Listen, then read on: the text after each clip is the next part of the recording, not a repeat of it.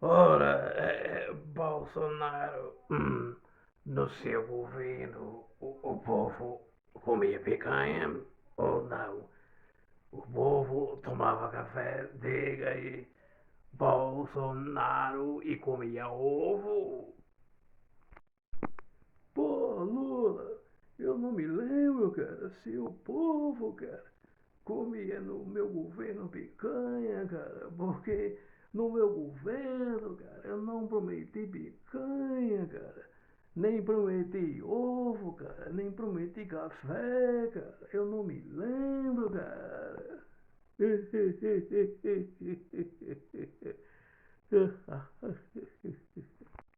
Mas, Bolsonaro, devo admitir que sua memória é fraca e que você é esquecido pelo povo.